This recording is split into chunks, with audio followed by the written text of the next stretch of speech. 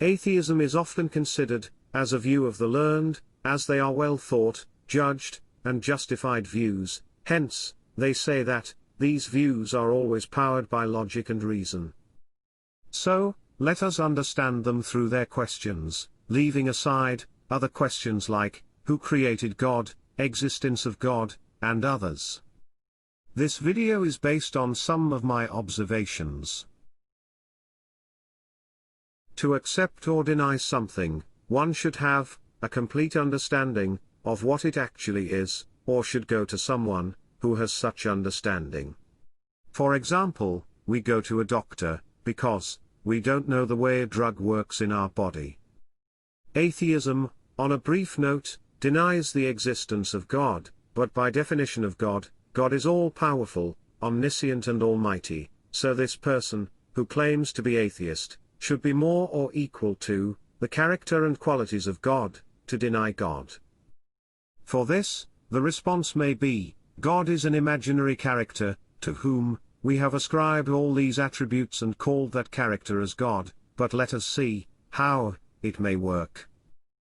For my assistance, I took 3 points to forward my views, and I believe these doesn't need much understanding, as they are from our day-to-day activities and simple understanding.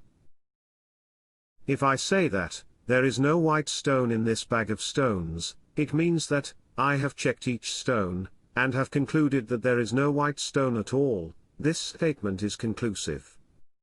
Likewise, anyone, before stating that there is no God, should have checked with all the existing deities the world has, and have concluded that none of the existing gods are actually gods. This very thought of such an attempt is not welcoming, as it is not within the scope of human actions, because, going into the action, India alone has over 3 million gods and goddesses. Also, there are new gods coming here and there, throughout the ages, in addition to the already established gods.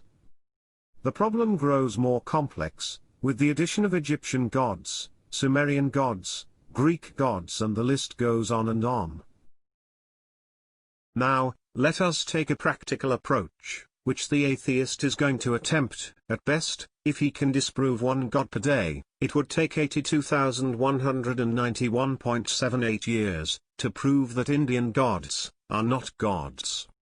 Adding to this, with simple calculations, if the average life expectancy is 80 years, if you subtract time it takes to do tasks which we are obligated to do, such as sleep and others, we are left with as few as 25 productive years towards this activity. So the 82,000 grows by 3 times, to 246,575.34 years. Hence, this is unwelcoming activity. So, what happens when we can't prove? We borrow someone else's ideas. This is exactly what happens when we borrow someone else's ideas and claim it to be our own. In one of my recent discussions, one of the atheists told me, "Sir, we are all born atheists. After some time, we choose what to follow." I found it rather a nonsense statement. My response was, how can a newborn baby think? But for which, he was literally searching for every possible answer, but found none.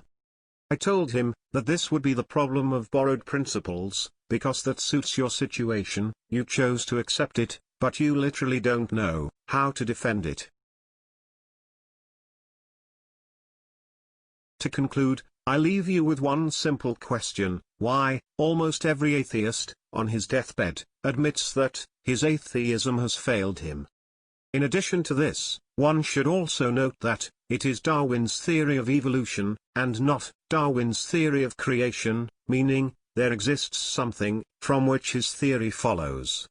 We very well know that one-sided coin is invalid. Thank you for your time and patience to listen to this view of mine. Guess, I have tried my best to put my view in perspective. God bless you towards truth.